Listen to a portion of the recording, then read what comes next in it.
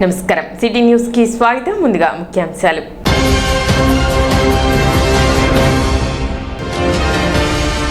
తెనాలిలో ఎన్టీఆర్ భరోసా పెన్షన్ల పంపిణీలో పాల్గొన్న ఆలపాటి అప్పసాని.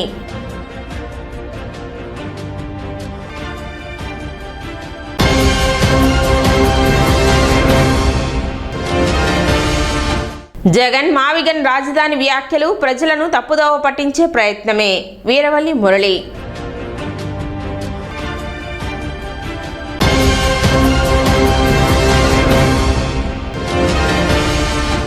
డ్రైనేజీ పనులతో రాజీవ్ గృహకల్పలో మురుగునీటి మయం. ప్రణాళికాబద్ధంగా పనులు చేపట్టాలని కాలనీవాసుల విజ్ఞప్తి.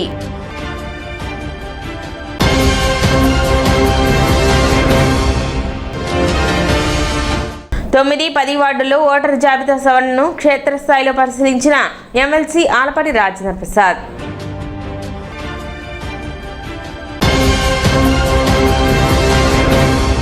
రాష్ట్ర వ్యాప్తంగా చేపట్టిన ప్రత్యేక ఓటర్ జాబితా సవరణ కార్యక్రమంలో భాగంగా తెనాలి పట్టణంలోని 9, 10 వార్డుల్లో ఎమ్మెల్సీ ఆలపాటి రాజేంద్ర ప్రసాద్ పర్యటించి కార్యక్రమం తీరును పరిశీలించారు. ఈ సందర్భంగా ఇంటింటికి వెళ్లి ఓటర్ల వివరాలను సేకరిస్తున్న బూత్ లెవెల్ ఏజెంట్లు స్థానిక నాయకులతో మాట్లాడారు. ఓటర్ జాబితాలో పేర్లు సక్రమంగా ఉన్నాయా, చిరునామా మార్పులు జరిగాయా, ఇతర ప్రాంతాలకు వెళ్లిన వారి వివరాలు నమోదు చేశారా, మరణించిన వారి పేర్లు తొలగించారా అనే అంశాలపై సమగ్రంగా పరిశీలించాలని సూచించారు. అర్హత ఉన్న ప్రతి పౌరుడు ఓటర్గా నమోదు కావడానికి కృషి చేయాలని, ఓటు హక్కు కలిగి ఉండటం ప్రతి పౌరుడి హక్కుతో పాటు బాధ్యత కూడా అని ఆయన పేర్కొన్నారు. ఎవరు ఓటు హక్కుకు దూరం కాకుండా ప్రతి ఇంటికి వెళ్లి వివరాలు సేకరించాలని బిఎల్ఏలకు సూచించారు. ఓటర్ జాబితా పారదర్శకంగా తప్పులు లేకుండా ఉండేలా అధికారులు, పార్టీ ప్రతినిధులు సమన్వయంతో పనిచేయాలని ఆలపాటి రాజేంద్ర ప్రసాద్ కోరారు. కార్యక్రమంలో స్థానిక నాయకులు, బిఎల్ఏలు, కార్యకర్తలు పాల్గొన్నారు. సర్ కార్యక్రమంలో 9, 10 వాళ్ళు ఈ కార్యక్రమాన్ని పర్యవేక్షించడం జరిగింది. పట్నంలో 2002 ఓటర్ లిస్టుతో లింకప్ అయి అప్పుడు వారి ఓటు ఎక్కడుంది అని అంటే ఎక్కడ ఉంటే అక్కడ ఉందని చెప్పండి, దానివల్ల ఓటుని తీసివేయడం జరగదు. చాలామందికి, కొంతమందికి మీ ఓటు ఎక్కడుంది అని అంటే ఓటు ఎక్కడన్నా ఉంది అంటే ఇక్కడ ఓటు పోద్దేమో అనే భయంతో కొంతమంది చెప్పట్లా. దానివల్ల వెరిఫికేషన్కి చాలా టైం పడతాం.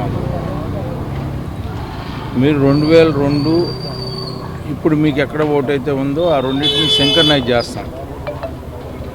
సింక్రనైజ్ చేసి పూర్వోత్తరాలన్నీ కూడా దాంట్లో నమోదు చేసుకుంటే ఎక్కడ కూడా ఎలాంటి ఓటర్ మీద అనుమానం రాకుండా ఎవరైతే నిజమైన లబ్ధిదారుడు, నిజమైన ఓటర్ ఉన్నారో ఆ ఓటరు నమోదు చేసుకునే కార్యక్రమం ఇది. స్పెషల్ ఇంటెన్సివ్ రివిజన్, దాన్ని సర్రన్ అంటే సమగ్ర విచారణ విధానం. దానివల్ల ఎక్కడన్నా డబుల్ ఎంట్రీస్ కానీ, అదేవిధంగా చనిపోయిన ఓట్లు కొనసాగటం కానీ, ఏ రకమైనటువంటి విధానానికి కూడా దారి తీయకుండా సరైన విధానంతో మనం ఓటును నమోదు చేసుకున్నట్లయితే, ఎందుకంటే ఓటు అనేది ప్రజాస్వామ్యానికి అది ఒక పెద్ద వటవృక్షం లాంటిది.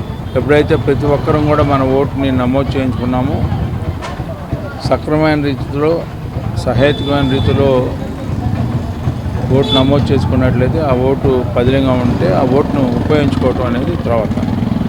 తన భర్త జట్టి మురళీకృష్ణ తనను మోసం చేసి వివాహం చేసుకున్నాడని ఐతానగర్కు చెందిన జట్టి క్రాంతిప్రియ ఆరోపించారు. విగ్గు ధరించి తన అసలు రూపాన్ని దాచడంతో పాటు ఆస్తులు ఉన్నాయని నమ్మించి వివాహం చేసుకున్నాడని, అనంతరం అప్పులు చేసి చెడు వ్యసనాలకు బానిసై తనను వేధిస్తున్నాడని తెలిపారు. ఈ విషయాలపై గతంలోనే కేసులు నమోదు చేసినప్పటికీ స్థానిక పోలీసులు ఎలాంటి పురోగతి చూపలేదని, ఎఫ్ఐఆర్లో ఉన్న వారందరినీ విచారించి న్యాయం చేయాలని ప్రజా దర్బార్లో విజ్ఞప్తి చేశారు. ప్రస్తుతం అద్దె ఇంట్లో ఉంటున్నామని, తమకు ఆశ్రయం కల్పించాలని కోరారు.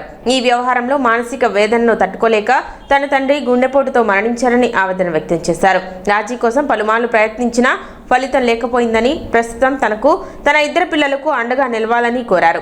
ఇకపై ఐతానగర్లోని అత్తగారింట్లోనే ఉంటామని, తమకు ఏదైనా హాని జరిగితే ఎఫ్ఐఆర్లో ఉన్నవారే బాధ్యత వహించాలని హెచ్చరించారు. అలాగే ఈ అంశంపై ముఖ్యమంత్రి ప్రజా ఫిర్యాదుల వ్యవస్థలో కూడా ఫిర్యాదు చేసినట్లు తెలిపారు. నాకు జెట్టి మురళీకృష్ణతో ఐతానగర్ జెట్టి మురళీకృష్ణతో 2001లో మ్యారేజ్ అయిందండి. అయిన తర్వాత 1 సంవత్సరం బాగానే ఉన్నారు. తర్వాత మా బాబు పెద్ద బాబు పుట్టిన తర్వాత మా మదర్ వాళ్ళు వాళ్ళ ఇంటికి తీసుకెళ్ళారండి, ప్రెగ్నెంట్ అని చెప్పి. 11 నెలలు వచ్చినా కూడా తీసుకెళ్ళట్లేదు ఏంటని చెప్పేసి అడగటానికి మా తాతగారు, మా మదరు, నేను అందరం వస్తే మా హస్బెండ్ పొలుగు పెట్టి కొట్టి మమ్మల్ని ఇచ్చేసాడండి. అప్పుడు చేసింది మేము ఎఫ్ఐఆర్ కట్టాము.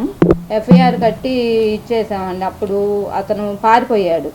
అతను పారిపోతే ఎఫ్ఐఆర్ కట్టామండి. ఎఫ్ఐఆర్ కడితే వాళ్ళ పెద్ద మనుషులు రాజీ చివరి స్టేజీకి వచ్చేటప్పటికి కేసు నీకు ఆస్తులు రాకుండా, నీ పిల్లలకు ఆస్తులు రాకుండా చేస్తాము, నువ్వు ఇది చేయాల్సిందే, నువ్వు రాజీ పడాల్సిందే అని చెప్పి బెదిరించారండి.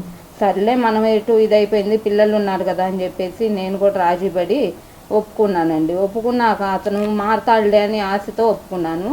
కానీ అతను మళ్ళీ యథావిధిగా మళ్ళీ వెళ్ళిపోవడము, మేము అతన్ని తీసుకురావడము, అతను తాగటము, అప్పులు చేయడము. ఇదిగోండి మా పెళ్ళి అయినప్పుడు ఇదిగోండి ఫస్ట్ నుంచి అతను ఇట్లా జుట్టు ఇట్లా పెట్టుకొని వచ్చి మోసం చేశాడు. ఇది ఒకటి ఫస్ట్. ఇదిగోండి ఫస్ట్ కేసు ఆయన మీద ఫైల్ అయిన కేసు. ఇవన్నీ ఇదేమో మేము మొన్న ముఖ్యమంత్రి గారికి పెట్టామండి. ఫస్ట్ పెట్టినప్పుడు, సెకండ్ టైం పెట్టినప్పుడు అతనికి 4.5 ఎకరం పొలం ఉందని చెప్పేసి అవి మా పిల్లలకు వస్తాయని చెప్పి అతను ఒప్పుకొని నేను అవి తీసుకొని వచ్చి మిమ్మల్ని చూసుకుంటానని చెప్పి ఇచ్చేసాడండి. సరే అని చెప్పి మేము మళ్ళీ రాజీ పడ్డాం. మళ్ళీ అలానే 2-3 సార్లు ఇవ్వండి మొత్తం 2 టౌన్లోనే ఇట్లా రాజీ పడుతూనే ఉన్నాం పిల్లల కోసం. పడినప్పుడల్లా అతను చేయటము ఫ్రాడు, మళ్ళీ తీసుకొచ్చి మళ్ళీ ఇచ్చేయడం అండి. అయితే విసిగిపోయి నేను మొన్న 4 పేపర్ యాడ్ కూడా ఇచ్చానండి అతని మీద.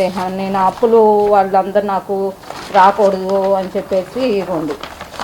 అతను రోజు తాగొచ్చి ఇంట్లో అతను దుర్వ్యసనాలకు బాగా బానిస అయిపోయాడండి. బాబుగారి దీనిలో పెట్టానండి, గ్రీన్ వెల్స్లో పెడితే అది మనకి ఇక్కడ 2 టౌన్కి పంపించారు. అంతర్జాతీయ డాక్టర్స్ డే సందర్భంగా rotary club of Tenali Vaikunthapuram ఆధ్వర్యంలో ఈ కన్వెన్షన్లో ప్రత్యేక కార్యక్రమం నిర్వహించారు. ఈ సందర్భంగా డాక్టర్స్ డే కేక్ కట్ చేసి వైద్యులకు శుభాకాంక్షలు తెలిపారు. క్లబ్ అధ్యక్షుడు గుమ్మడి సరోజ్ బాబు ఆధ్వర్యంలో జరిగిన కార్యక్రమంలో doctor Purushothama Rao, doctor Dhulipala Ravinder, doctor Talasila Rakesh, doctor Sharath రాజులను ఘనంగా సన్మానించి డాక్టర్స్ డే శుభాకాంక్షలు తెలియజేశారు. ఈ కార్యక్రమంలో క్లబ్ కార్యదర్శి కొల్లి రాజేంద్ర ప్రసాద్, ఐపీపీ నల్లూరి వెంకటేశ్వరరావు, ఈదర వెంకట పూర్ణచంద్, శ్రీనివాసరావు, మల్లాది అర్జున్తో పాటు క్లబ్ సభ్యులు పాల్గొన్నారు. కార్యక్రమంలో వైద్యుల సేవలను కొనియాడుతూ సమాజానికి వారు అందిస్తున్న సేవలు అమూల్యమని పలువురు పేర్కొన్నారు.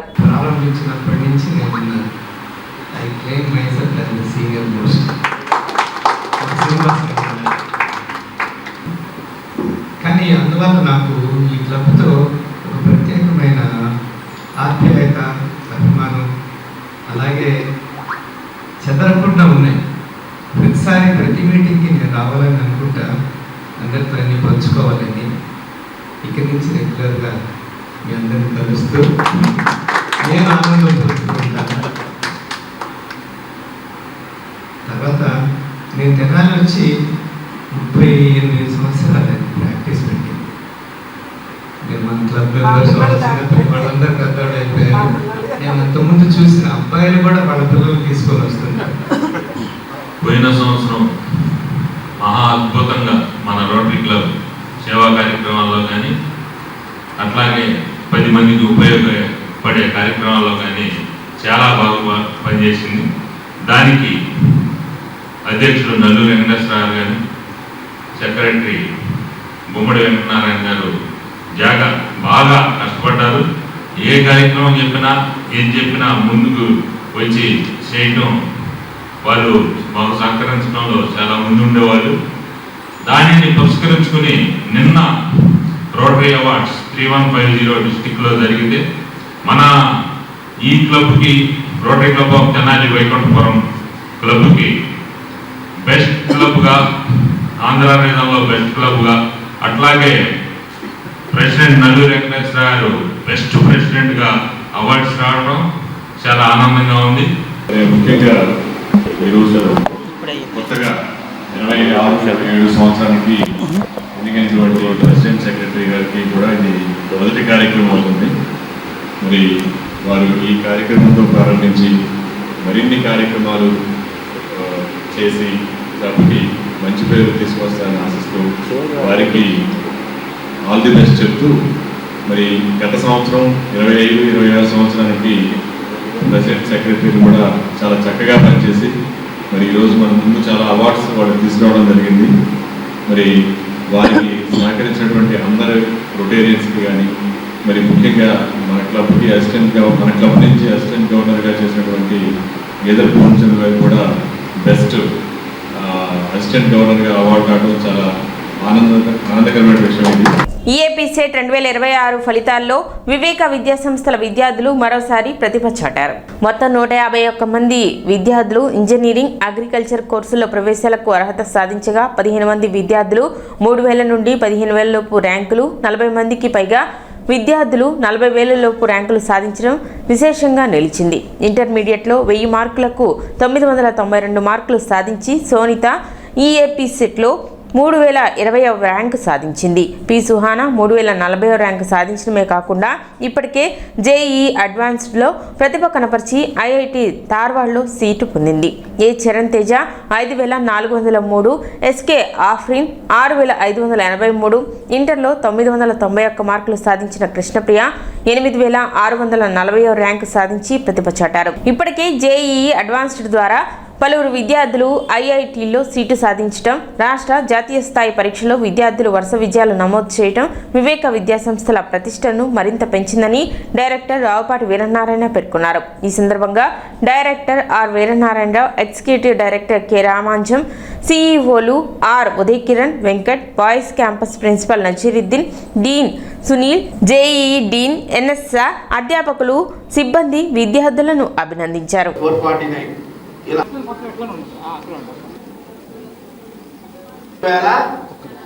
40 చెప్పండి నాకు గమ్మత్తుగా. సో రాబోయే రోజుల్లో వీళ్ళు ప్లస్ వెరీ గుడ్ ఇప్పుడు గ్రూపులు పెడతారు.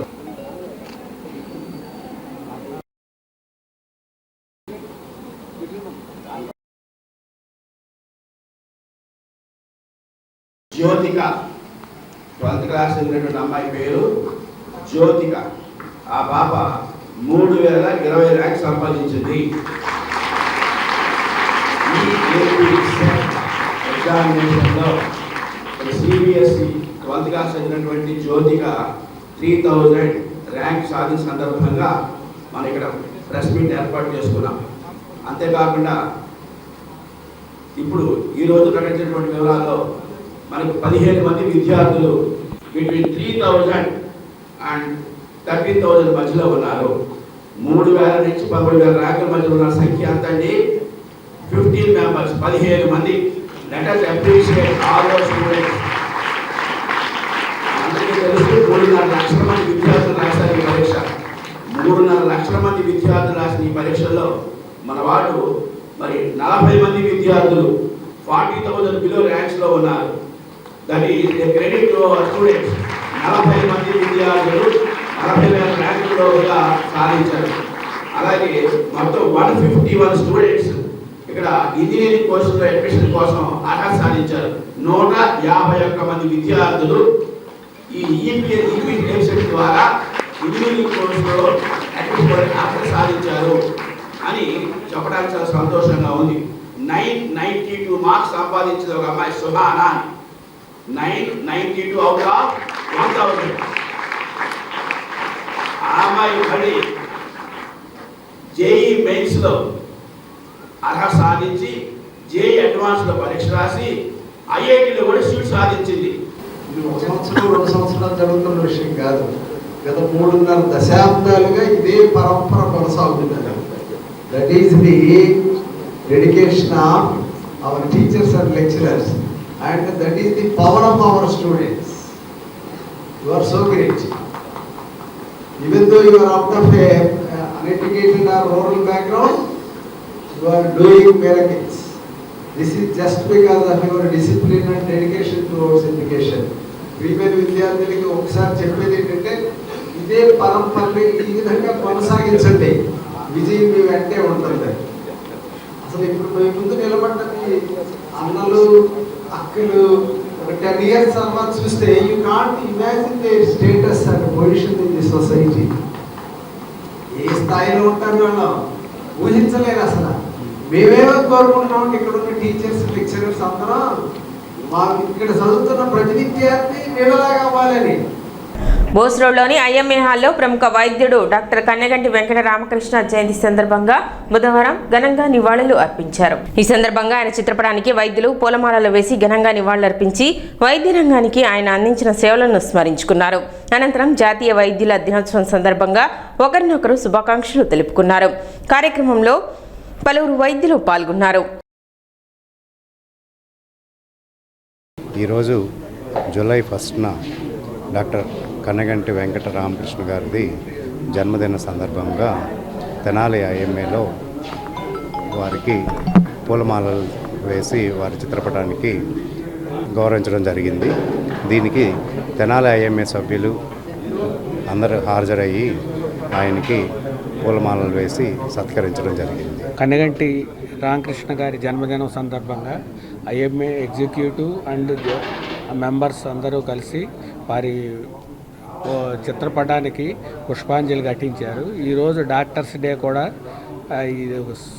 ఇదే కోయిన్సిడెంటల్గా జరిగింది. డాక్టర్స్ అందరికీ కూడా డాక్టర్స్ డే శుభాకాంక్షలు. తెనాలి నియోజకవర్గంలో బుధవారం పెన్షన్ల పంపిణీ కార్యక్రమం నిర్వహించారు. తెనాలి మండలం సంగంజాగలముడి గ్రామంలో తెనాలి పట్టణం 30వ వార్డు పరిధిలో నిర్వహించిన ఎన్టీఆర్ భరోసా సామాజిక పెన్షన్ల పంపిణీ కార్యక్రమంలో శాసన మండలి సభ్యులు, తెనాలి టీడీపీ ఇన్ఛార్జి ఆలపాటి రాజేంద్ర ప్రసాద్, తెనాలి నియోజకవర్గ పరిశీలకులు, రాష్ట్ర పార్టీ అధికార ప్రతినిధి అప్పసాని రాజేష్ పాల్గొని లబ్ధిదారులకు పెన్షన్లు పంపిణీ చేశారు. ఈ సందర్భంగా వారు లబ్ధిదారులతో మాట్లాడి వారి సమస్యలను అడిగి తెలుసుకున్నారు. అర్హులైన ప్రతి ఒక్కరికి సంక్షేమ పథకాల ఫలాలు అందేలా కూటమి ప్రభుత్వం కట్టుబడి పనిచేస్తుందని పేర్కొన్నారు. కార్యక్రమంలో స్థానిక ప్రజాప్రతినిధులు, పార్టీ నాయకులు, కార్యకర్తలు పాల్గొన్నారు.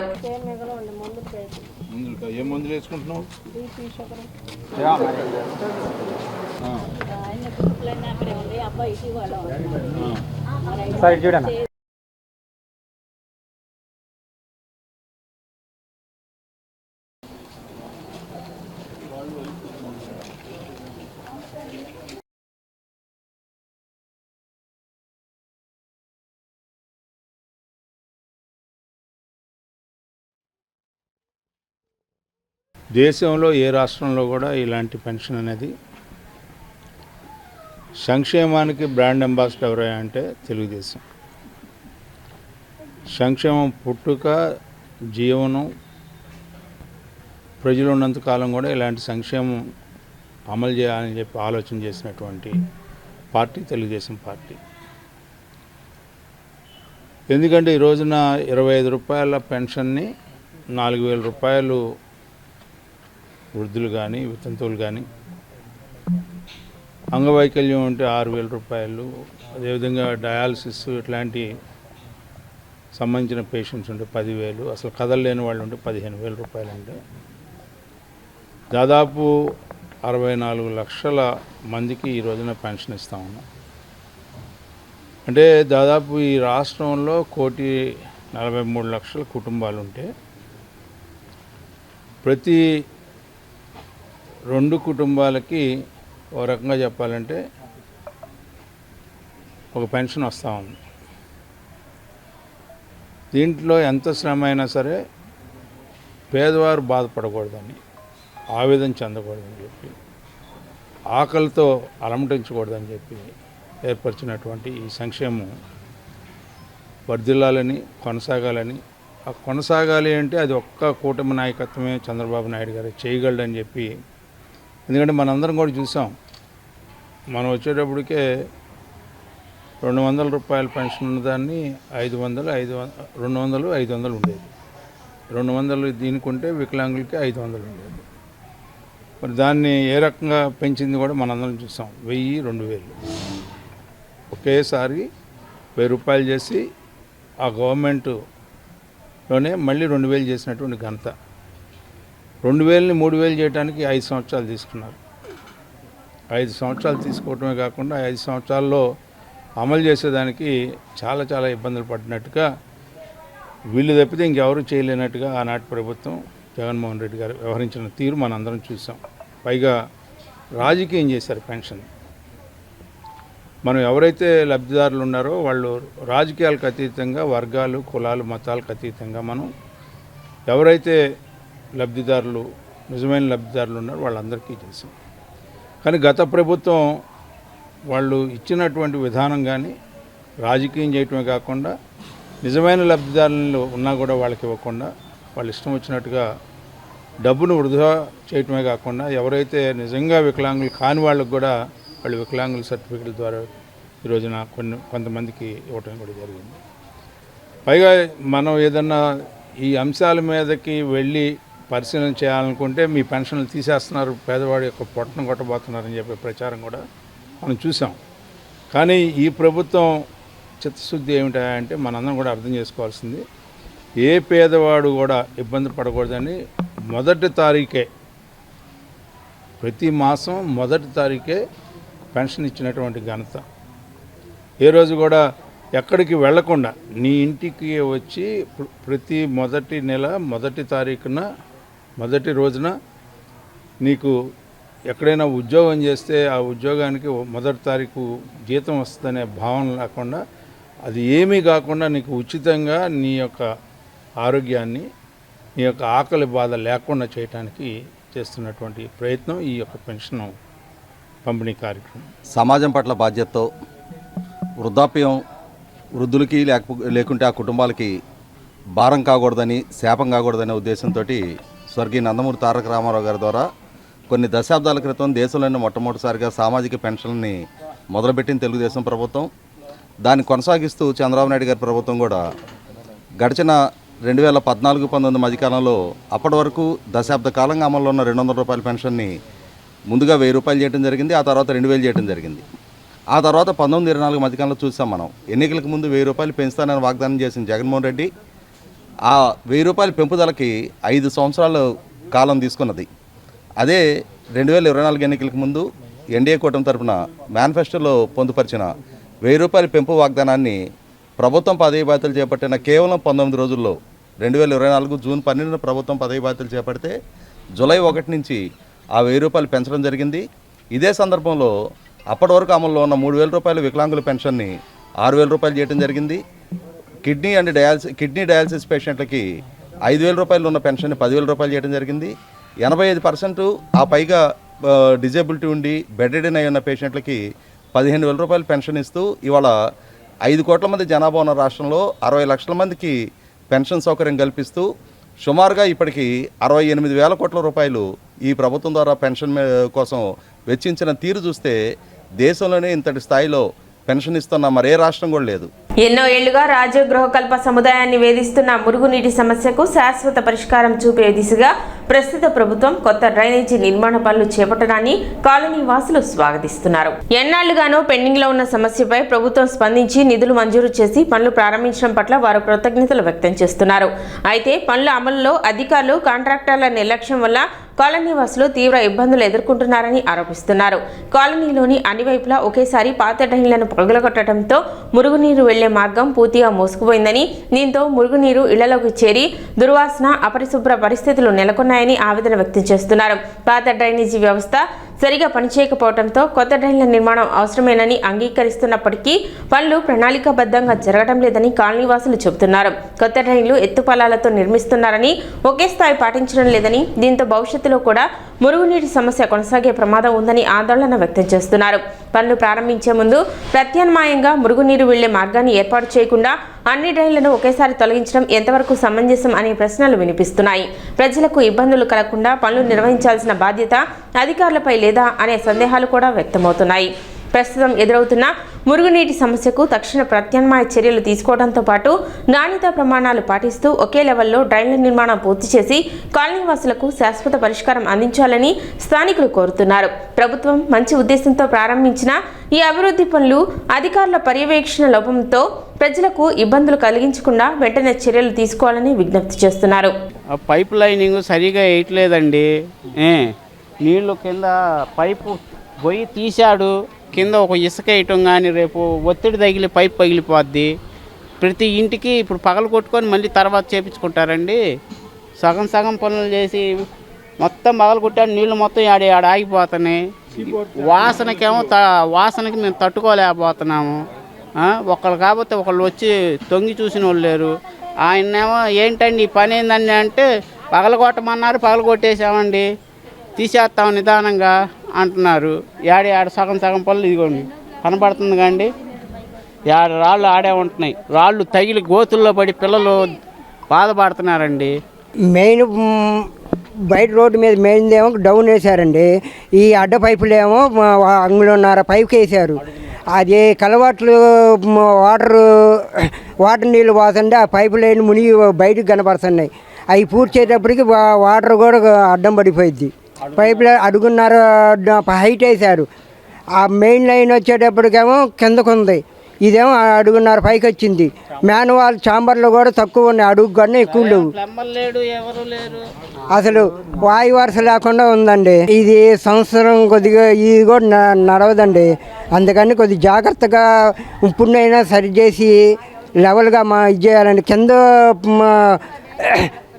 కింద ఇల్లు అన్ని పల్లుడు, ఏదైనా ఒక నీళ్ళు వచ్చేయన్నీ లోపలికి ఇళ్ళల్లో డ్రైనేజీకి వస్తున్నాయి. 10 సంవత్సరాల నుంచి పోరాడుతున్నాం. ఇప్పటికి ప్రభుత్వం వలన కొద్దిగా మాకు మంచిగా జరిగింది. శాంక్షన్ చేశారు, భయం చేశారు కాదు, అందుకు కృతజ్ఞతలు. కాకపోతే ఇప్పుడు వేసే కాంట్రాక్టర్లు ఎట్లా దొలపరించుకొని పోయే వేసేటట్టుగా వస్తున్నారు.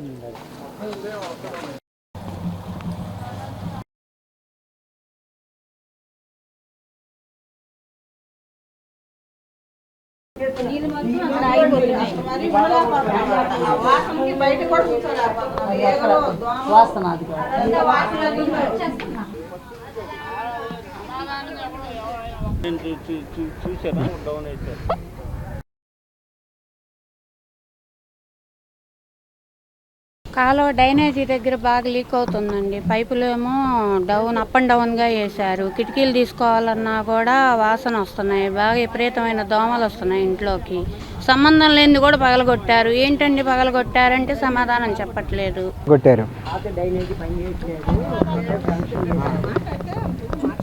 మొదటిగా తెలుగుదేశం పార్టీ వాళ్ళకి అందరికీ, మున్సిపాలిటీ వాళ్ళకి అందరికీ ధన్యవాదాలు తెలుపుకుంటున్నాము.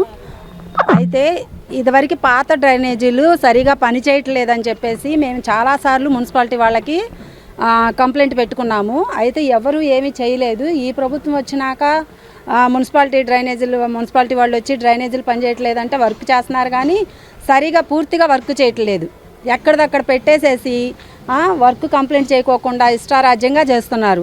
ఇక్కడ మేము కనీసం ఒక బ్లాక్ వచ్చేసి 32 కుటుంబాలు ఉంటాయి. 32 కుటుంబాలకి 2 డ్రైనేజీలు ఉంటాయి. ఇటువైపు వాళ్ళకొకటి, అటువైపు వాళ్ళకొకటి. ఒక డ్రైనేజీ ఏమో అప్పేస్తున్నారు, ఒక డ్రైనేజీ డౌన్ వేస్తున్నారు. ఇలా వేస్తే ఆ డ్రైనేజీ వాటర్ అంతా ఇటు వచ్చి వీళ్ళకి ఇబ్బంది, లేదా అటు వస్తే వాళ్ళకి ఇబ్బంది. ఇబ్బందులు పడేది ఎవరంటే ఇక్కడున్న జనాలు, ప్రజలు. ఈ అపార్ట్మెంట్లో ఉంటున్న వాళ్ళు ఇబ్బంది పడుతున్నాం. ఇప్పుడు డ్రైనేజీ వచ్చేసేదానికి అవసరం ఉన్న వైపు లైన్లు తీసుకొని పగలు కొడితే పర్లేదండి. అనవసరమైన వాటికి కూడా పగలు కొట్టేసేసి కంప్లీట్ చేయకోకుండా ఇక్కడున్న జనాలు అడిగితే మాకు తెలీదమ్మా, మాకు వర్క్ చేసుకోవటం వరకే, మాకు మున్సిపాలిటీ వాళ్ళు ఏది చెప్తే అదే చేస్తాము, ఇక్కడ పగలు కొట్టాము, వర్క్ చేసాము, తర్వాత చూస్తామంటున్నారు. వాటర్ లైన్ కూడా పగలు కొట్టారు. మాకు వాటర్ రావటానికి కూడా ఇబ్బంది అవుతుంది. కాస్త ప్రభుత్వం వాళ్ళు కానీ, మున్సిపాలిటీ వాళ్ళు కానీ ఎవరైనా సరే కొంచెం చూసి మాకు ఈ వర్క్ అనేది పూర్తి చేయడం మంచిదని. ఈ డ్రైనేజీ వచ్చేదానికి కనీసం అడుగున్నర కూడా లేదండి. ఒక కుటుంబంలో ఇటు వచ్చేసి 16 కాపురాలు ఉంటారు. 16 కాపురాల్లో కుటుంబానికి వచ్చి 5 4 ఉంటారు. వాళ్ళందరూ వదిలిన డస్ట్ అంతా కానీ ఏదైనా వచ్చి నిలబడితే మళ్ళీ అదే పైకి వచ్చేస్తుంది. ఎక్కువ లేదు డ్రైనేజీ లోతు, ఒకసారి చూడండి. డ్రైనేజీ లోతు ఎక్కువ లేదు. ఆ లోతు లేని దాని మీద ఈ కుటుంబానికి వచ్చి 5 6 వేసుకుంటే 16 కుటుంబాలు 30 మంది ఉంటారు. ఒకవైపుకి వచ్చి 32 మంది ఉంటారు. ఛాంబర్కి అసలు అప్ డౌన్ వేసుకుంటా వచ్చారు. ఏందో వాళ్ళు ఇష్టం వచ్చినట్టు చేసేసారు. మేము అడుగుతుంటే మాకు సమాధానాలు లేవు. మేము అడిగినప్పుడు అది కాదమ్మా ఇదానో ఏదో చెప్పాలా, ఏం లేదు, మేము చేసుకుంటూ వెళ్తాం వరకు మీరు చూడండి కళ్ళు పెట్టుకుని అన్నట్టుగా చేస్తున్నారు ఇక్కడ వర్కర్స్. 10 సంవత్సరాల నుంచి ఇక్కడ డ్రైనేజ్ ప్రాబ్లం వల్ల ప్రతి సంవత్సరం కూడా అందరి దగ్గరికి వెళ్ళి 10 సంవత్సరాల తర్వాత శాంక్షన్ చేయించుకున్నాం. ముందుగా కృతజ్ఞతలు శాంక్షన్ చేసినందుకు. కానీ డ్రైనేజ్ పనులు ఒక అప్ అండ్ డౌన్గా ఉండి కొంచెం చాలా చిన్నగా ఉన్నాయి. మ్యాన్ హోల్స్ అనేవి చిన్నగా ఉన్నాయి. దానివల్ల 32 కుటుంబాలు నీళ్లు ఒకటేసారి వదిలితే చాలా ప్రాబ్లం అయ్యి పొంగే అవకాశాలు ఎక్కువగా ఉన్నాయి. రెండోది ఏంటంటే ఛాంబర్ టు ఛాంబరు చాలా లెంత్ ఎక్కువగా ఉంది. ఒకవేళ ఎన్కేస్ ఏదన్నా ఆ గుడ్డ కానీ ఏదన్నా అడ్డం పడి జామ్ అయితే దాన్ని రిపేర్ చేసుకోవడం అయ్యే పరిస్థితి లేదు. చెప్పండి, నువ్వు చెప్పండి. ఇప్పుడు ఏంది ఇదంతా ఎందుకు జరిగింది? అదిగో డ్రైనేజ్ లోపల నుంచి పగలగొట్టారండి. పగలగొట్టి ఇంత చండాలం చేశారు. మేము ఉండలేకపోతున్నాం. వర్షం పడినా కూడా ఈగలు దోమలు చండాలంగా ఉంటాయి. రోగాలు వచ్చినట్టు మేమేగా ఇబ్బంది పడుతుంది. చిన్నపిల్లలు తిరుగుతున్నారు. ముసలాడు ముసలాయన అయితే పడ్డాడు ఆ కాలువలో. మరి అంత దారుణంగా చేస్తున్నారు పని. ఇదంతా అయిపోయినాక లోపల పగలగొట్టారు. అటు పగలగొట్టుకుంటూ బారు పగలగొట్టుకుంటూ వచ్చేసారు. మరి మేము చాలా ఇబ్బంది పడుతున్నాం డ్రైనేజీల వల్ల. మరి ఏమన్నా చూడండి, సహాయం చేయరు ప్రభుత్వానికి, మీరే చెప్పాలి. మరి తప్పలేదండి. 3 నెలల నుంచి బాధపడుతున్నాము, తీపిస్తున్నాము. 2-3 మాటలు తీశారు, మళ్ళీ వస్తుందండి. వాసన తట్టుకోలేకపోతున్నాం. 3 నెలల నుంచి ఒంట్లో కూడా బాగోట్లేదు. అయ్యా స్వామి చూస్తున్నాము, వస్తున్నారు, వెళ్తున్నారు, పట్టించుకుని మన 2 మాటలు తీపిచ్చారు బాబు వాళ్ళు. మరి అదంతా పగలగొట్టారు, అంతా చేశారు. మరి ఎన్ని పొడుచుకుంటున్నాం, అదంతా వాసన కొండలేకపోతున్నాం. ఏం చేయాలా? రోడ్డు మీద పడుతున్నాం మేము. ఆడ పడి కాలు అంతా తెగిపోయింది. మా అయింది ఆ కాలువలో పడ్డాడు. మన ఆసుపత్రి పోయి ఇండిషన్లో చేపించాం. రేపల్లెలో 8 ఏళ్ల బాలికపై అత్యాచారానికి పాల్పడిన కేసులో నిందితుడు గూడూరు రమేష్ అలియాస్ సాల్మాన్ రాజుకు తెనాలి పోక్సో కోర్టు 20 సంవత్సరాల కఠిన కారాగార శిక్ష విధించింది. 2022లో జరిగిన ఈ కేసులో నిందితుడిని దోషిగా నిర్ధారించిన కోర్టు 10,000 రూపాయల జరిమానా కూడా విధించింది. జరిమానా మొత్తాన్ని బాధిత బాలికకు నష్టపరిహారంగా చెల్లించాలని, ప్రభుత్వం 4 లక్షల రూపాయల పరిహారం 30 రోజులు అందజేయాలని ఆదేశించింది. తెనాలి పోక్సో కోర్టులో ముద్దాయికి 20 సంవత్సరాల కఠిన కారాగార శిక్ష, 10,000 రూపాయల జరిమానా విధించడం జరిగింది. కేసు పూర్వాపరాలు ఈ సంఘటన 22/6/2022 సంవత్సరం మధ్యాహ్నం జరిగింది. 2 గంటల ప్రాంతంలో రేపల్లి పట్టణానికి చెందినటువంటి 8 సంవత్సరాల బాలిక తల్లిదండ్రులు నూతనంగా గృహం నిర్మించుకొని దానికి రంగులు వేయటం కోసం అని చెప్పి రేపల్లె పట్టణానికి నేతాజీ నగర్కి చెందినటువంటి గూడూరు రమేష్ ఇలియాస్ సాల్మన్ రాజు ఇంకొక అతన్ని పిలవటం జరిగింది. వాళ్ళు రంగులు వేసే క్రమంలో మధ్యాహ్నం పూట బాలిక తల్లిదండ్రులు, బాలిక కుటుంబ సభ్యులు, ఇంట్లో ఇంకొక వర్కరు మిగిలిన బయట పనులు చూస్తూ ఉండగా ఈ గూడూరు రమేష్ అనే అతను పాస్ పోసుకుంటానికని చెప్పి బయటికి వెళ్ళాడు. కొంతసేపటికి ఈ బాలిక 8 సంవత్సరాల వయసు కలిగిన బాలిక మూలుగులు వినిపిస్తూ ఉంటే బాలిక తల్లి సోదరుడు బెడ్రూమ్లోకి వెళ్ళి చూస్తే ఈ గూడూరు రమేష్ బాలికపై అఘాయిత్యం చేస్తూ ఉన్నాడు. వీళ్ళను చూసి కేకలు వేయంగా వాళ్ళని చూసి పారిపోయాడు. తరువాత బాలికను తీసుకొని రక్తస్రావం అవుతుంటే హాస్పిటల్లో చేర్చారు. రేపల్లి పోలీస్ స్టేషన్లో రిపోర్ట్ ఇవ్వడం జరిగింది. రేపల్లి పోలీస్ స్టేషన్లో రిపోర్ట్ ఇచ్చిన తర్వాత పోలీసు వారు అప్పటి Bapatla sub divisional police officer A Srinivasarao garu case దర్యాప్తు జరిపారు. దర్యాప్తు జరిపి ముద్దాయిని అరెస్ట్ చేసి కోర్టులో పెడతాం జరిగింది. తరువాత సాక్ష్యాధారాలను పరిశీలించిన పోక్సో కోర్టు న్యాయమూర్తి ఈరోజు ముద్దాయిపై నేరం రుజువు అవడం వలన 20 సంవత్సరాలు కఠిన కారాగార శిక్ష మరియు 10,000 రూపాయలు జరిమానా విధించారు. జరిమానా చెల్లించిన పక్షంలో ఇంకొక 6 నెలలు జైలు శిక్ష కూడా విధించడం జరిగింది. అలానే 4 లక్షల రూపాయలు నష్టపరిహారం కింద బాధిత బాలికకు ఇవ్వవలసిందిగా ప్రభుత్వాన్ని కూడా ఆదేశించడం జరిగింది. వైసీపీ అధినేత వైఎస్ జగన్మోహన్ రెడ్డి 2029 ఎన్నికల్లో గెలిస్తే మావిగన్ను రాజధానిగా చేస్తామని చేసిన వ్యాఖ్యలను అంగలగుదురు గణేష్ యూత్ కన్వీనర్ వీరవల్లి మురళి తీవ్రంగా తప్పుబట్టారు. 2019 ఎన్నికల సమయంలో అమరావతికి మద్దతు తెలిపిన జగన్ అధికారంలోకి వచ్చిన తర్వాత 3 రాజధానుల పేరుతో రాష్ట్రంలోని 3 ప్రాంతాల మధ్య విభేదాలు సృష్టించారని విమర్శించారు. 2019 నుండి 2024 వరకు అధికారంలో ఉన్న సమయంలో మావిగన్ ఎందుకు గుర్తు రాలేదని ప్రశ్నించారు. ప్రస్తుతం ముఖ్యమంత్రి చంద్రబాబు నాయుడు అమరావతి రాజధాని నిర్మాణానికి అన్ని విధాలుగా కృషి చేస్తుంటే దానిని అడ్డుకోవడానికే వైసీపీ ప్రయత్నిస్తుందని ఆరోపించారు.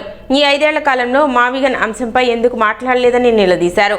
ఈ ప్రాంత అభివృద్ధికి కీలకమైన ఔటర్ రింగ్ రోడ్డును అడ్డుకున్నది కూడా వైసీపీయేనని పేర్కొన్నారు. అమరావతి రాజధానిపై జగన్ విషపూరిత వ్యాఖ్యలు చేస్తున్నారని, విజయవాడ సాయికృష్ణ ఘటనను కూడా రాజకీయ ప్రయోజనాల కోసం ఉపయోగించుకున్నారని విమర్శించారు. ఈ ప్రాంత అభివృద్ధిని అడ్డుకోవడం, పెట్టుబడులు రాకుండా చేయడం వంటి వ్యాఖ్యలు ప్రజలు సహించరని హెచ్చరించారు.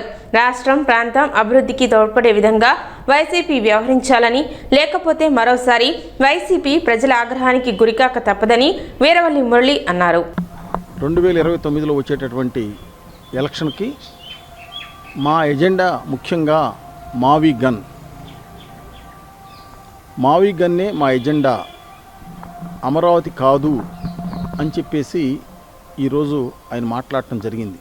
2019కి ముందు అమరావతి రాజధాని, మా మద్దతు కూడా అమరావతికే అని ఆ రోజు మీరు తెలియజేశారా లేదా? 2019లో మీరు అధికారంలోకి వచ్చిన తర్వాత మీరు చేసింది ఏంటి? 3 రాజధానులు అన్నారు. 3 ప్రాంతాల మధ్యలో చిచ్చు పెట్టడానికి శత విధాలు ట్రై చేశారు. అమరావతి రైతుల్ని చితకొట్టారు. నాది పరిపాలన విశాఖపట్నం అన్నారు. మేము ఒకటే అడుగుతున్నాం, ఆ రోజు 2019 నుంచి 2024 వరకు మీ చేతిలో పరిపాలన ఉంది. ఇదే మావి గన్ ఆ రోజు గుర్తు రాలేదా? మీ చేతిలో అధికారంలో ఉన్నప్పుడు మీరు 3 రాజధానులని, లేకపోతే విశాఖే పరిపాలన రాజధాని అని ఈ చెత్త మాటలు మాట్లాడినప్పుడు ఈ మావి గన్ గుర్తుకు రాలేదా? మీరు మావి గన్ పెట్టుకుంటారా, గొడ్డలి గన్ను పెట్టుకుంటారా, అది వేరే విషయం. కానీ ఇక్కడ ప్రజలకు సంబంధించినటువంటి సెంటిమెంట్స్, ఈ రాష్ట్రానికి సంబంధించిన సెంటిమెంట్స్, ఇవాళ చంద్రబాబు నాయుడు గారు అనేక ఇబ్బందులు పడి ఈ 13 జిల్లాలకు ఒక రాజధాని ఉండాలి, అది కేంద్ర బిందువు అమరావతి అయితే అందరికి అనుకూలంగా ఉంటుంది అని చెప్పేసి ఆయన కేంద్రంతో కూడా తీర్మానం చేయించి పెట్టుబడిదారుల్ని అనేక మందిని ఇక్కడికి ఆకర్షించే విధంగా ఆయన శతవిధాలా ప్రయత్నిస్తుంటే మీరు ఇవాళ ఓరవలేక ఈ ప్రాంతానికి పెట్టుబడులు రాకూడదు, ఇవాళ ఇంటర్నేషనల్ స్టాండర్డ్స్ ఏదైతే కాలేజీలు చక్కగా ఇక్కడికి వస్తున్నాయో ఆ కాలేజీలు ఏది కూడా ఇక్కడికి రాకూడదు, పెట్టుబడిదారులు రాకూడదు, ఇక్కడ పరిశ్రమలు రాకూడదు, ఇవన్నీ వస్తే చంద్రబాబు నాయుడు గారికి మంచి పేరు వస్తుంది, ఏదో ఒక విధంగా డిస్టర్బ్ చేయాలి, ప్రాంతాల మీద చిచ్చు పెట్టాలి, కులాల మధ్యలో చిచ్చు పెట్టాలి అనేటటువంటి ఒక చెత్త డ్రామా. 5 సంవత్సరాలు నోరు విప్పకుండా మీరు ఈ మావిగన్ ఆ రోజు ఏమైందయ్యా, ఏమైంది ఆ రోజు? ఇది చెప్తున్నారు కదా, మచిలీపట్నము, విజయవాడ, గుంటూరు అనేది ఏదో చెప్తున్నారు కదా, కొత్త పేరు పెట్టి దానిలో గన్ను పెట్టి మాట్లాడుతున్నారు కదా మీరు. ఆ రోజు ఏమైంది? ఆ రోజు ఎందుకు మాట్లాడలేదు? ఆ రోజు ఔటర్ రింగ్ రోడ్ని ఈ ప్రాంతానికి అటు కృష్ణా జిల్లా, ఇటు ఉమ్మడి గుంటూరు జిల్లా, ఇటు ప్రకాశం జిల్లా, ఓవరాల్గా మొత్తానికి కూడా ఎంతో ఈ ప్రాంతానికి ఉపయోగపడేటటువంటి, ఈ రాష్ట్రానికి ఉపయోగపడేటటువంటి ఔటర్ రింగ్ రోడ్ని ఎందుకు మీరు ఆ రోజు వచ్చే నిధులను కూడా మొత్తాన్ని వెనక పంపించేసి ఔటర్ రింగ్ రోడ్డు మాకు అసలు అవసరమే లేదని చెప్పేసి మీరు మాట్లాడిన మాట వాస్తవం కాదా? ఔటర్ రింగ్ రోడ్లో ఏదైతే ఆ రోజు చంద్రబాబు నాయుడు గారు గూగుల్ టేక్ ఓవర్ ద్వారా ఏదైతే ఒక పరిధిని మొత్తం సూచించారో దాంట్లో గుంటలు తవ్వేసేసి దాంట్లో చిన్న చిన్న ఈ పరిశ్రమలు పెట్టుకోవడానికి మీరు పర్మిషన్లు ఇచ్చి ఏ విధంగా డిస్టర్బ్ చేశారు? మీకు మచిలీపట్నం మీద ప్రేమ ఉంటే ఈ ఔటర్ రింగ్ రోడ్డు మచిలీపట్నానికి కానీ చుట్టుపక్కల మొత్తానికి ఉపయోగపడేదిగా. ఈ ప్రాంతానికి సంబంధించి ఈ ప్రాంతానికి ఉపయోగపడే ప్రతి ప్రాజెక్టు కూడా నిర్వీర్యం చేసి ఈ ప్రాంతం అంటే వీళ్ళకు ఒక రకమైనటువంటి జెల్సీ అనేది అర్థమవుతుంది. ఈ ప్రాంత ప్రజలంటే వీళ్ళకి జెల్సీ అనేది అర్థమవుతుంది. ఆ జెల్సీని దృష్టిలో పెట్టుకొని ఈ ప్రాంతం అభివృద్ధి చెందకూడదు అనేటటువంటి జగన్మోహన్ రెడ్డి గారు చిమ్ముతున్నటువంటి విషం అండి ఇదంతా. వైద్యుల దినోత్సవాన్ని పురస్కరించుకొని స్థానిక గంగానమ్మపేటలోని సంజీవని ఫిజియోథెరపీ ఆసుపత్రిలో డాక్టర్స్ డే వేడుకలు నిర్వహించారు. ఈ సందర్భంగా ప్రముఖ ఆధ్యాత్మిక సేవకురాలు భక్తి సంకీర్తన గాయని శారదా చలపతి, ఫిజియోథెరపీ వైద్యులు డాక్టర్ కంభం వెంకట కుమార్, డాక్టర్ కాశీభట్ల విష్ణుప్రియలను ఘనంగా సత్కరించారు. ఈ సందర్భంగా ఆమె మాట్లాడుతూ డాక్టర్ వీదాన్ చంద్రరాయ్ జయంతిని పురస్కరించుకొని దేశవ్యాప్తంగా వైద్యుల దినోత్సవాన్ని జరుపుకుంటారని తెలిపారు. డాక్టర్ కంభం వెంకట కుమార్ మాట్లాడుతూ గత 12 సంవత్సరాలుగా తెనాలిలో ఫిజియోథెరపీ సేవల ద్వారా అనేక మంది రోగులకు చికిత్స అందిస్తూ వారి ఆరోగ్య పునరుద్ధరణకు కృషి చేస్తున్నామని చెప్పారు. ఈ కార్యక్రమంలో డాక్టర్ కాశీపట్ల విష్ణుప్రియ, డాక్టర్ భార్గవి, వెంకట్, మురళి, విజయ తదితరులు పాల్గొన్నారు. డాక్టర్స్ డేని పురస్కరించుకుని పట్టణానికి చెందిన ప్రముఖ ఫిజియోథెరపీ వైద్యులు డాక్టర్ కంభం వెంకట కుమార్ గారు విష్ణుప్రియలను సత్కరించటం చిరు సత్కారమే కానీ చాలా ఆనందంగా ఉంది. దీనికి doctors day doctor BC Roy garu పశ్చిమ బెంగాల్ ముఖ్యమంత్రిగా పనిచేశారు. ఆయన జ్ఞాపకార్థం ఆయన పుట్టింది మరణించింది కూడా ఇదే రోజు. ఆ జ్ఞాపకార్థం అందరూ కూడా ఇవాళ డాక్టర్స్ డేని జరుపుకుంటూ ఉంటారు. తెనాలి పట్టణంలోని డాక్టర్స్ అందరికీ డాక్టర్స్ డే శుభాకాంక్షలు తెలియజేసుకుంటున్నాను. అలాగే మమ్మల్ని ఎంతగానో అభిమానిస్తూ ప్రేమిస్తున్న ఆధ్యాత్మికవేత్త శారదా గారికి మా హృదయపూర్వక ధన్యవాదాలు. అలాగే BC Roy national doctors day ఆయనను స్మరించుకుంటూ మన దేశవ్యాప్తంగా జరుపుకోవడం జరుగుతుంది. అలాగే ఆయన స్ఫూర్తితోనే మేము గత 12 సంవత్సరాలుగా సంజనా ఫిజియోథెరపీ ద్వారా అనేక మంది రోగుల్ని నడిపించడంలోనూ వాళ్ళ నొప్పిని తగ్గించడంలోనూ ఎంతో కృషి చేసాం. దానికి సహకరించిన మా పేషెంట్స్ అందరికీ ధన్యవాదాలు తెలుపుతున్నాం. తెనాలి పద్మశాలి పట్టణ ప్రాథమిక ఆరోగ్య కేంద్రం ఆధ్వర్యంలో డెంగ్యూ మాసోత్సవ ర్యాలీని వైద్యాధికారిని డాక్టర్ దేవరపల్లి సుభాష్ రమాదేవి జెండా ఊపి ప్రారంభించారు. డెంగ్యూ లక్షణాలు కనిపిస్తే వెంటనే ప్రభుత్వ ఆసుపత్రిలో పరీక్షలు చేయించుకోవాలని ఆమె సూచించారు. మలేరియా సబ్ యూనిట్ అధికారి శ్రీకంఠ ఉమాకాంత్, ఆరోగ్య విస్తరణాధికారి అందే బాలచంద్రమౌళి మాట్లాడుతూ 3C విధానాన్ని పాటించి నీటి నిల్వలు లేకుండా ఉంచితే దోమల వ్యాప్తిని అరికట్టవచ్చునని తెలిపారు. అనంతరం నర్సింగ్ విద్యార్థులతో ర్యాలీ నిర్వహించి ప్రజలకు కరపత్రాలు పంపిణీ చేయడంతో పాటు డెంగ్యూ నివారణపై ప్రతిజ్ఞ చేయించారు.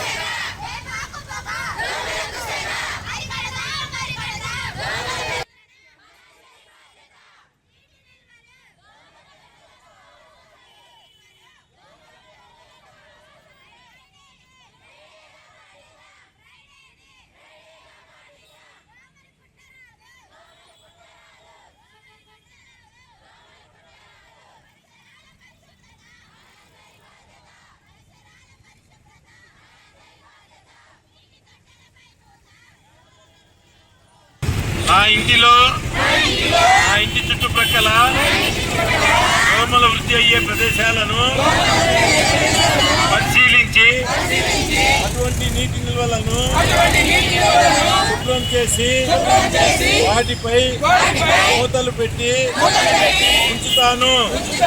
వారానికి ఒకసారి నీటి నిల్వలన్నింటినీ ఖాళీ చేసి శుభ్రం చేస్తాను. ఈ డెంగ్యూ కలుగు చేసేటువంటి ఏడీస్ దోమ ఏంటంటే మంచినీళ్ళ పరిస్థితి కాబట్టి ప్రతి ఒక్కరు నీటి నిల్వ లేకుండా ఎవరికి వాళ్ళు శ్రద్ధ తీసుకోవాలి. మీ పరిసర ప్రాంతాల్లో పూల కుండీల్లో కానీ, టైర్లో కానీ, కూలర్లో కానీ, ఈవెన్ చిన్న టీ తాగి కప్పు అక్కడ పడేసిన ఆ కప్పులో కనుక నీళ్లు నిల్వ ఉంటే అక్కడ దోమ పెరగడానికి అవకాశం ఉంటుంది. కాబట్టి ప్రతి ఒక్కరు ప్రతి శుక్రవారాన్ని మరి ఫ్రైడే డ్రైడేగా పాటించి మీ ఇంట్లో కానీ పరిసర ప్రాంతాల్లో కానీ ఈ నీటి నిల్వ లేకుండా చూడండి. అప్పుడు మనం ఈ దోమను పెరగకుండా మనం ఆపొచ్చు. ఈ దోమ పుట్టకుండా ఉండాలి అంటే ముందు పెరగడం ఆపేయాలి. కాబట్టి దోమ పెరగకుండా ఉండాలి అంటే నీటి నిల్వలు మనం లేకుండా చూసుకోవాలి. తర్వాత పెరిగిన దోమ కుట్టకుండా ఉండాలి. పెరిగిన దోమ కుట్టకుండా ఉండాలంటే ఇది దాదాపుగా ఎర్లీ అవర్స్లో, ఇది పెద్ద ఎత్తేగలదు, 100 మీటర్స్ వరకు మాత్రమే ఎగురుతుంది. కాబట్టి ఎర్లీ పొద్దున్నే లేచినప్పుడు చీకట్లో మూలలు అట్లా ఏమైనా ఈ దోమ దాక్కుని ఉండొచ్చు. కాబట్టి ఉదయాన్నే లేవగానే దోమలు ఏమైనా ఉన్న ఇళ్లలో అవి కొంచెం పారగోలేటట్టుగా మీరు చూసుకోండి. అలాంటి దోమలు కుడితే ఈ డెంగ్యూ రావడానికి అవకాశం ఉంది. కుట్టకుండా ఉండాలంటే దోమతెరలు వాడడం అలవాటు చేసుకోండి. కుట్టకుండా చూసుకోవాలి అంటే ఇలా మనం చేయడం వల్ల దోమలు పుట్టకుండా ఉంటాయి.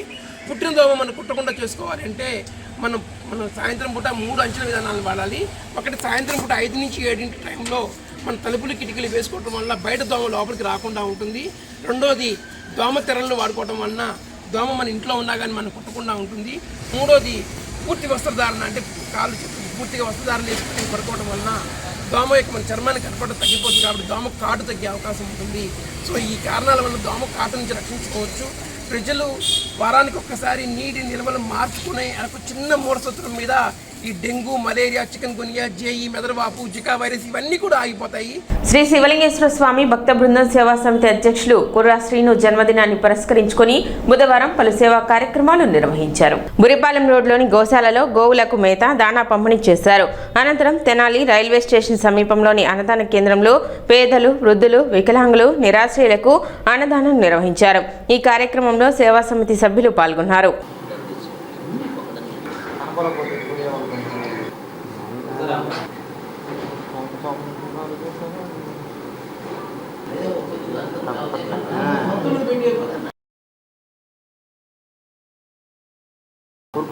చెప్పింది అనుకున్నా.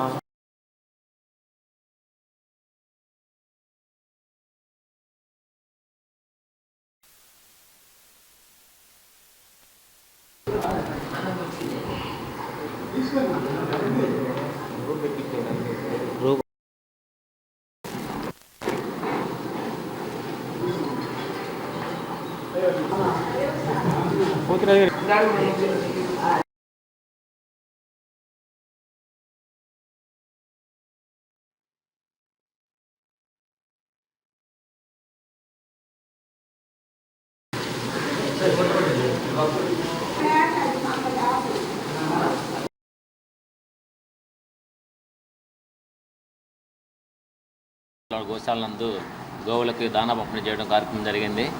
మరి ఈ కార్యక్రమానికి పెద్దలందరూ వచ్చి కూడా పాల్గొనడం చాలా ఆనందంగా ఉంది. మరి ఆయన అట్లాంటి పుట్టినరోజులు మరెన్నో జరుపుకోవాలని చెప్పని మనస్ఫూర్తిగా కోరుకుంటూ సెలవు. సిటీ న్యూస్ ముంచే ముందు ముఖ్యాంశాలు మరోసారి.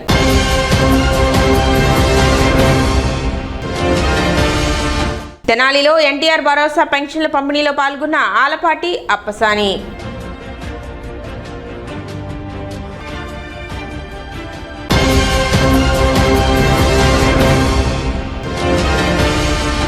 జగన్ మావిగన్ రాజధాని వ్యాఖ్యలు ప్రజలను తప్పుదోవ పట్టించే ప్రయత్నమే, వీరవల్లి మురళి.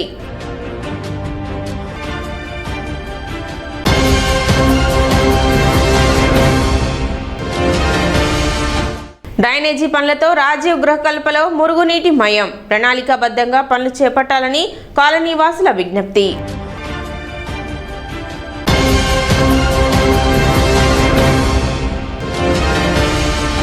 తొమ్మిది, 10 వార్డుల్లో ఓటరు జాబితా సవరణను క్షేత్రస్థాయిలో పరిశీలించిన ఎమ్మెల్సీ ఆలపాటి రాజేంద్ర ప్రసాద్.